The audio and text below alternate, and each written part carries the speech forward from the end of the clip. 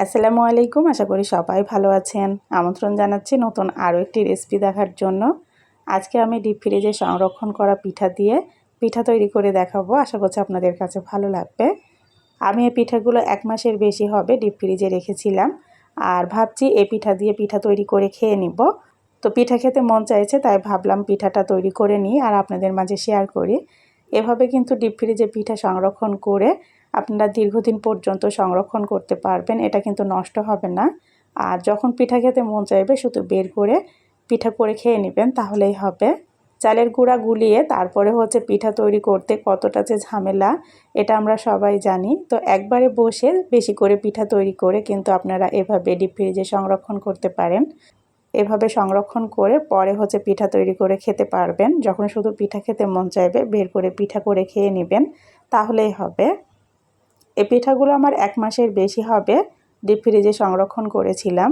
আর এখন পিঠা খেতে মন চাইছে, তাই ভাবলাম পিঠাটা করে খাই আর আপনাদের মাঝে শেয়ার করি। দেখেন পিঠাগুলো ডিপ ফ্রিজে রাখার পরে কতটা শক্ত হয়ে গেছে। আর এই পিঠাগুলো তৈরি করে যদি আপনি কাউকে খাওয়ান, কেউ খেয়ে বুঝতে পারবে না যেটা ডিপ ফ্রিজে সংরক্ষণ করা ছিল। আমি এই পিঠাগুলো চিনি দিয়ে করে নিব। আপনার হাতের কাছে যদি গুড় থাকে তাহলে কিন্তু গুড় দিয়েও পিঠাটা তৈরি করে নিতে পারবেন। গুড় দিয়ে পিঠাটা তৈরি করলে বেশি মজা লাগে। তো আমি আজকে চিনি দিয়ে পিঠাটা তৈরি করে নিচ্ছি। আর দেখতেই পাচ্ছেন পিঠাগুলো কতটা শক্ত হয়ে গেছে। আমরা যে বাতাসা খাই ঠিক বাতাসার মতো লাগছে দেখতে। যারা এই পর্যন্ত আমার ভিডিওটা দেখছেন একটা লাইক দিতে ভুলে গেছেন, প্লিজ একটা লাইক দিয়ে আমার ভিডিওটা দেখে নেবেন। আর এই পিঠা দিয়ে যদি আপনি কাউকে পিঠা তৈরি করে খাওয়ান, কেউ খেয়ে বুঝতে পারবে না যেটা ডিপ ফ্রিজে সংরক্ষণ করা ছিল। একেবারে মনে হবে যেন টাটকা আজকেই তৈরি করা হয়েছে। ডিপ ফ্রিজে সংরক্ষণ করা পিঠাও যে এত মজার হয়, এটা কিন্তু আপনারা না খেলে বুঝতে পারবেন না যেটা কতটা মজার হয়েছিল। এই পিঠাগুলো দিয়ে আমি এখন পিঠা তৈরি করে নিব। সেজন্য রাইস কুকারের একটা বাটিতে আমি পানি বসিয়ে দিয়েছি। এবার পানিটাকে আমি বলক তুলে নিব। দেখতে পাচ্ছেন এখানে পানির বলক উঠে গেছে। এবার রাইস কুকারের ওপরে যে ছাকনাটা আছে এর ওপরে পিঠাগুলো আমি বিছিয়ে দিয়েছি। এবার রাইস কুকারের বাটির উপরে বসিয়ে ঢাকনা দিয়ে এটাকে ভাপ দিয়ে নিব।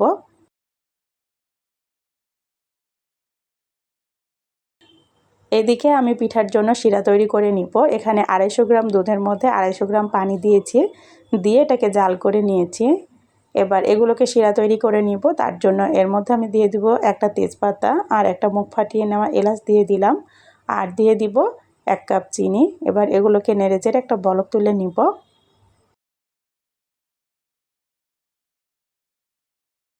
এভাবে আপনারা কিন্তু ডিপ ফ্রিজে পিঠাটা সংরক্ষণ করে তারপরে পরবর্তীতে পিঠা তৈরি করে খেয়ে দেখতে পারেন। এই পিঠাগুলো কিন্তু নষ্ট হয় না আর খেতেও ভালো লাগে। যখন পিঠা খেতে মন চাইবে শুধু বের করে পিঠা করে খেয়ে নেবেন, তাহলেই হবে। আমি এর মধ্যে সামান্য একটু লবণ দিয়ে দিচ্ছি। মিষ্টি খাবারে আমার কাছে লবণটা ভালো লাগে, সেজন্য আমি দিয়ে দিলাম। মিষ্টি খাবারে সামান্য একটু লবণ দিলে মিষ্টির ব্যালেন্সটা ঠিক থাকে, সেজন্য একটু লবণ দিয়ে দিচ্ছি। তবে মিষ্টি খাবারে যদি লবণটা আপনার কাছে পছন্দ না হয় তাহলে বাদ দিতে পারেন। লবণটা দিয়ে ভালো করে নাড়াচাড়া করে একটা বলক তুলে নিব। আর দেখতে পাচ্ছেন এদিকে আমার পিঠাটা ভাপ দিয়ে নেওয়া হয়ে গেছে। পিঠাগুলো কিন্তু অনেক গরম, হাতে ধরা যাচ্ছে না। আর দেখতেই পাচ্ছেন কতটা নরম তুলতুলে হয়েছে পিঠাগুলো। এই পিঠাগুলো যদি এখন কাউকে খাওয়ানো যায় তাহলে কেউ খেয়ে বুঝতে পারবে না যেটা ডিপ ফ্রিজে সংরক্ষণ করা ছিল। এভাবে পিঠা তৈরি করে আপনারা কিন্তু ডিপ ফ্রিজে সংরক্ষণ করে খেতে পারবেন। পিঠাগুলো বের করে এভাবে ভাপ দিয়ে তারপর মাংসের সাথেও খেতে পারবেন। আপনারা গরু কিংবা মুরগির মাংসের সাথে কিন্তু এর পিঠাটাও খেতে ভালো লাগে। এভাবে পিঠাটা ডিপ ফ্রিজে রেখে তারপরে পরবর্তীতে যখন পিঠা খেতে মন চাইবে শুধু বের করে ভাপ দিয়ে তারপরে যে কোনো মাংসের ঝোলের সাথে খেতে মজা লাগবে। শুধু মাংস রান্না করে এটা বের করে ভাপ দিয়ে নেবেন, তাহলেই কিন্তু এটা মাংসের সাথে খেতে বেশি মজা লাগে। তো আজকে আমি পিঠা করে নিব। এদিকে আমার শিরাটা রেডি হয়ে গেছে, এর মধ্যে একে একে সব পিঠাগুলো দিয়ে দিব। যারা এই পর্যন্ত আমার ভিডিওটা দেখছেন একটা লাইক দিতে ভুলে গেছেন, প্লিজ একটা লাইক দিয়ে আমার ভিডিওটা দেখে নেবেন। সব পিঠাগুলো দিয়ে আমি একটা চামচের সাহায্যে নাড়াচাড়া করে এটাকে একটা বলক তুলে নিব।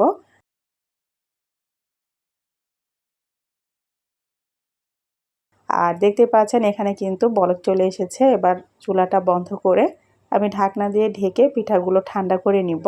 ঠান্ডা করে তারপরে পিঠাটা খেতে বেশি মজা লাগে। আর এখানে হচ্ছে পিঠাটা ঠান্ডা হয়ে গেছে, দেখতেই পাচ্ছেন। আর এর ভেতরে রসটা টেনে কতটা নরম হয়ে গেছে। আমি একটা পিঠা আপনাদেরকে কেটে দেখাচ্ছি যেটা কতটা নরম হয়েছে। আমি পিঠাগুলো চিনি দিয়ে তৈরি করে নিয়েছি, আপনারা চাইলে এখানে গুড় দিয়েও বানাতে পারেন। আমার ঘরে এখন গুড় ছিল না, সেজন্য আমি চিনি দিয়েই করে নিয়েছি। এই পিঠা কিন্তু গুড় দিয়ে করলেও বেশি মজা লাগে।